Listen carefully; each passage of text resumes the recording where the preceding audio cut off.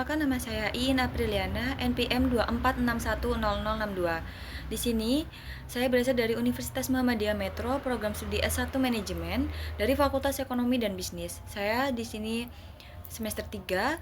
Di sini saya akan menjelaskan materi keuangan manajemen keuangan 1, dosen pengampu Pak Febrianto.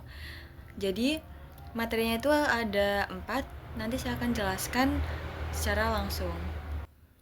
Di sini saya akan membahas tentang pengertian manajemen keuangan. Itu materi pertama. Manajemen keuangan adalah membahas tentang bagaimana perusahaan mengelola sumber daya uang agar penggunaan tepat sasaran dan mendukung tujuan bisnis. Secara sederhana, manajemen keuangan menggambarkan perilaku manajer agar mampu mengoptimalkan uang untuk kelancaran operasional organisasinya. Menurut Gathman dan Dougal, manajemen menjelaskan bahwa manajemen keuangan mencakup perencanaan, pengawasan, pengembangan, dan administrasi keuangan yang digunakan dalam bisnis. Jadi intinya tuh semua aktivitas keuangan mulai dari memperoleh, mengelola, hingga menginvestasi dana adalah bagian dari manajemen keuangan.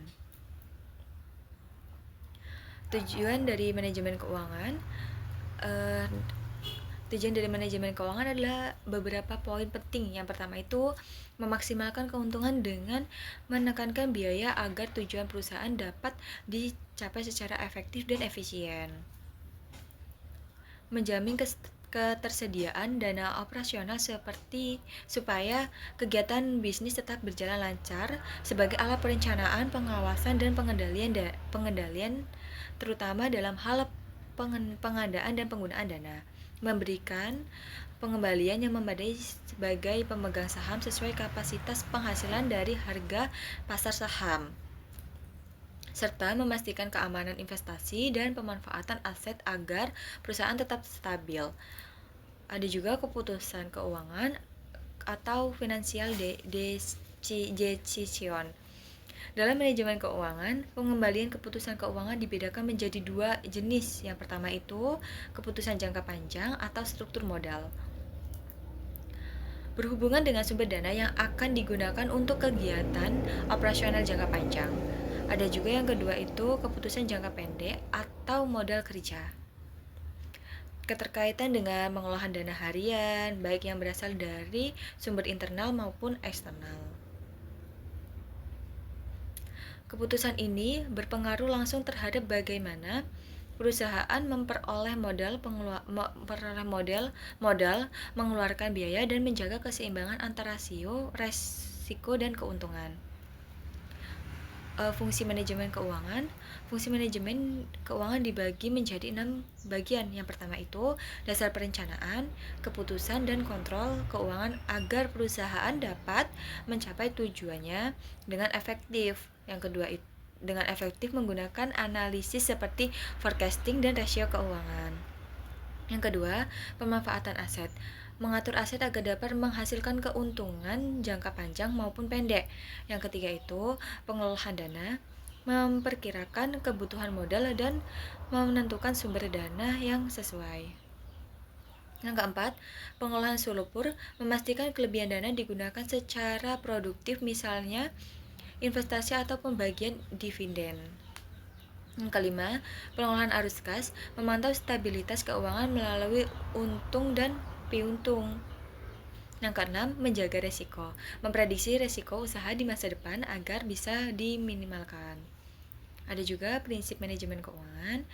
Ada beberapa bagian dari prinsip manajemen keuangan. Yang pertama itu konsentrasi, artinya pengolahan keuangan tidak boleh berubah-ubah tanpa alasan yang jelas. Yang kedua itu akuntabilitas, semua dana harus bisa dipertanggungjawabkan secara hukum dan moral.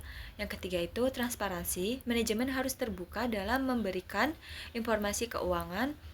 Yang keempat, kelangsungan hidup, pengolahan keuangan harus menjaga kesehatan perusahaan agar tetap bertahan. Yang kelima, integritas laporan keuangan harus akurat dan jujur. Nah, yang keenam, standar akuntansi, setiap laporan harus sesuai aturan yang berlaku secara umum. Mengapa kita tuh harus belajar manajemen keuangan dan mengapa tuh manajemen keuangan tuh penting bagi kita? Agar membantu perencanaan keuangan dan alokasi dana. membantu pengembalian keputusan untuk meningkatkan probabilitas, memberikan stabilitas ekonomi bagi organisasi, bahkan mendorong individu dalam organisasi untuk lebih disiplin dalam mengolah uang termasuk keuangan pribadi. Dengan manajemen keuangan yang baik, perusahaan bisa bertumbuh sehat dan berkelanjutan. Adapun laporan keuangan. Jadi kita masuk ke laporan keuangan, materi laporan keuangan. Laporan keuangan adalah catatan informasi keuangan perusahaan dalam satu periode akuntansi yang menggambarkan kinerja dan posisi keuangan perusahaan. Laporan keuangan lengkap terdiri dari neraca atau balance sheet, memperlihatkan posisi aset, kewajiban, dan modal. Yang kedua, laporan laba rugi atau income statement menunjukkan pendapatan, biaya dan laba bersih. Yang ketiga, laporan arus kas atau cash flow menggambarkan aliran uang masuk dan keluar perusahaan. Ada juga analisis laporan keuangan. Analisis laporan keuangan dilakukan untuk mengevaluasi posisi dan kinerja keuangan. Maksudnya itu posisi dan kinerja keuangan perusahaan. Tujuannya adalah untuk membentuk pihak manajemen, investor, dan kreditur dalam mengambil keputusan ekonomi. Itu terbagi menjadi 4 analisis. Yang pertama itu analisis rasio keuangan seperti rasio solvabilitas, aktivitas leverage, dan portabilitas. Yang kedua, analisis tren untuk melihat perkembangan naik turun data dari tahun ke tahun. Yang ketiga, analisis common size untuk mengetahui proporsi setiap elemen terhadap total aset atau pendapatan. Yang keempat itu analisis indeks, membandingkan angka laporan keuangan terhadap tahun dasar. Contoh analisisnya itu ada Fontona yang ada di PPT Bapaknya. Penjualan naik turun dari 90 pada tahun 2009 menjadi 114 di tahun 2010. Churn ratio dari turun dari 2,24 dari ke 1,70. Debit to equity ratio naik dari 0,62 ke 0,66. Artinya perusahaan mengalami peningkatan penjualan tetapi juga peningkatan ketergantungan terhadap utang. Dengan informasi ini, manajemen bisa menilai apakah strategi pendanaan yang digunakan sudah efisien atau perlu penyesuaian.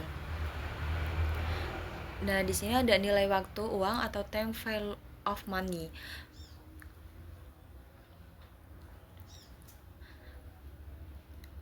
Prinsip dasarnya adalah uang yang diterima sekarang nilainya lebih besar daripada uang yang diterima di masa depan. Alasan sederhananya, uang yang diterima sekarang bisa segera diinvestasikan dan menghasilkan bunga dalam konsep ini. Dikenal beberapa rumus penting. Yang pertama adalah venture value atau nilai yang akan datang. Present value atau nilai sekarang. Yang ketiga adalah future value of annuity atau nilai masa depan dari pembayaran rutin. Yang keempat, present value of annuity, nilai saat ini dari penerimaan rutin di masa depan. Contohnya, jika kita menerima 1.000 setiap akhir tahun selama 4 tahun dengan bunga 10%, maka pada tahun ke-4 totalnya menjadi sekitar 4.641. Jadi ini penutupan atau kesimpulan. Jadi kita bisa menyimpulkan bahwa manajemen keuangan mencakup seluruh proses pengolahan uang agar perusahaan berjalan efisiensi, stabil, dan menguntungkan, mulai dari bagaimana uang diperoleh, menggunakan dianalisasi melalui laporan keuangan, hingga memahami nilai waktu uang agar keputusan investasi bisa tepat. Semoga penjelasan ini bisa bermanfaat. Saya akhiri, wabillahi taufiq wal hidayah. Wassalamualaikum warahmatullahi wabarakatuh.